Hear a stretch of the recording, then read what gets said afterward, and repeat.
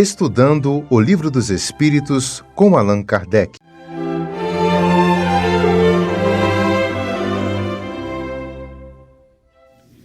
Boa noite a todos os nossos irmãos, as nossas irmãs. Que a paz do Mestre Jesus seja conosco. Então hoje nós estamos responsáveis para fazer o comentário, a leitura e comentário da questão número 145 de O Livro dos Espíritos, que está contida na parte segunda, no capítulo 2, Encarnação dos Espíritos, o item Alma. Então, Allan Kardec pergunta aos Espíritos, na questão 145, como tantos filósofos antigos e modernos têm discutido por tanto tempo sobre a ciência psicológica sem ter chegado à verdade? Então ele faz essa pergunta porque a gente observa que existe muitos conceitos, interpretações, significados sobre a palavra alma e especificamente sobre as questões da mente, né? A gente poderia, né, ou deveria ter avançado um pouco mais nessas questões, porque a gente avançou demais nas questões tecnológicas, né, no desenvolvimento humano, nas questões relacionadas ao comportamento humano, enfim, numa série de questões importantes, mas não conseguimos avançar, como Kardec está demonstrando aqui, nas questões relacionadas à ciência psicológica. E a ciência psicológica ela faz o estudo da mente e seus desdobramentos, né, como processos cognitivos, emoções e afetividades, comportamento humano, transtornos mentais, saúde mental e muitos outros assuntos sempre relacionados às questões da alma e essencialmente da mente. E a mente, né, ela está evidentemente contida aí no espírito, na alma, né? Por isso que Kardec fez essa pergunta, porque não houve assim muitos avanços, né? A gente vê que nós não temos ainda hoje, nos tempos atuais, um conhecimento mais aprofundado, por exemplo, sobre o espírito. Então aí os espíritos respondem: esses homens eram os precursores da doutrina espírita eterna. Eles prepararam os caminhos. Eram homens e se enganaram. Tomaram suas próprias ideias pela luz. Mas os próprios erros servem para deduzir a verdade ao mostrar os prós e os contras. Aliás, entre esses erros se encontram grandes verdades que um estudo comparativo tornará compreensíveis. Então a gente vê que a trajetória do conhecimento humano ela foi feita através também de erros, né, de conflitos, né, de divergências, né? Então ele fala aqui que esses homens, né, esses antigos, né, que foram, digamos assim, os precursores, né, eles erraram muito. Eram homens, ele fala aqui, eram homens e se enganaram, tomaram suas próprias ideias pela luz. Mas ele diz também que os erros eles servem para deduzir a verdade ao mostrar os prós e os contras, né? Então, daí foram surgindo, daí já tinha grandes verdades misturadas com essas interpretações errôneas, digamos assim, né? E que elas foram se aperfeiçoando, melhorando, tendo novos conhecimentos até chegar na conquista que nós chegamos. Mas precisamos avançar muito, mas muito ainda, né? Inclusive tem uma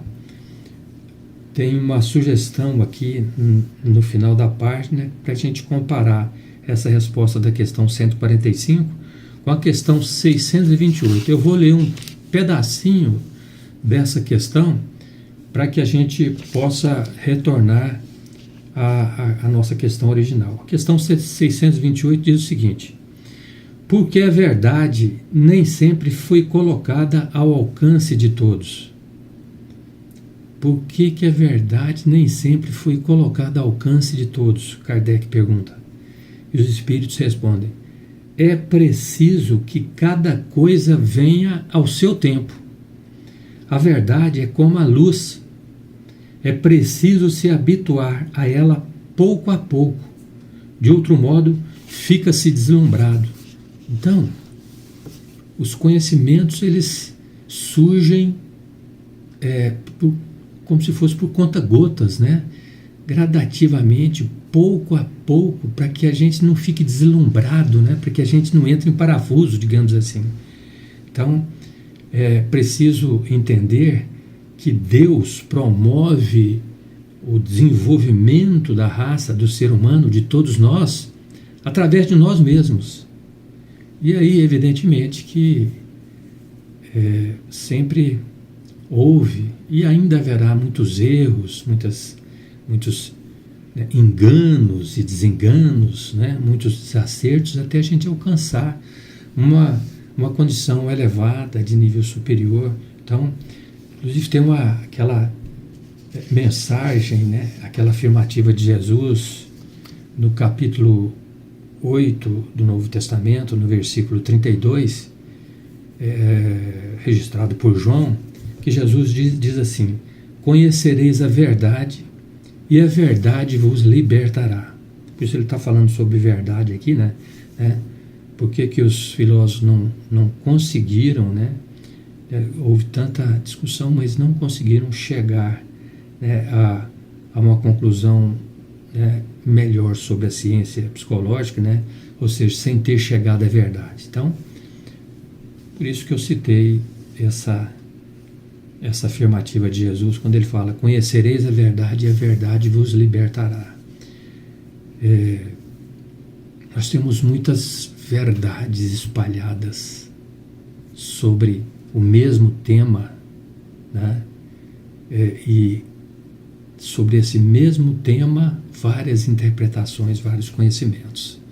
Então, nós temos que ir buscando trabalhar melhor a nossa capacidade de percepção das coisas, para que a gente não se iluda, para que a gente não fique deslumbrado sobre determinadas coisas a respeito da verdade sobre determinado tema.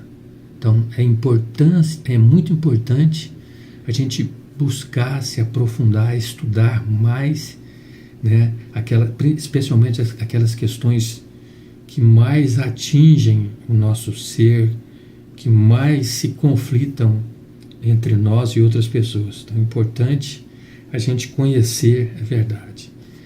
E se a gente quer conhecer a verdade, né, nós temos que inicialmente trabalhar com Jesus.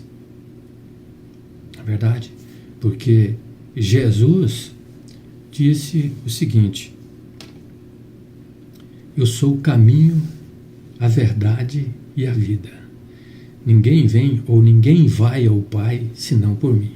Então, evidentemente que Jesus veio até nós implantar o reino de Deus no planeta, para que nós possamos conhecer a verdade absoluta, porque a verdade absoluta está em Deus. Então a gente vê aqui nessa lição que, até finalizando, né, nós podemos afirmar com convicção que a doutrina espírita, ela traz para nós uma excelente contribuição nas coisas relacionadas à ciência psicológica, né?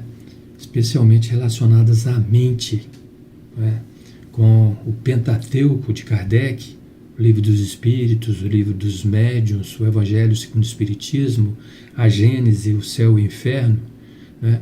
Mais as obras complementares de André Luiz, Emmanuel e tantos outros espíritos que nos auxiliaram nesse campo, né, da mente, nesse campo da espiritualidade.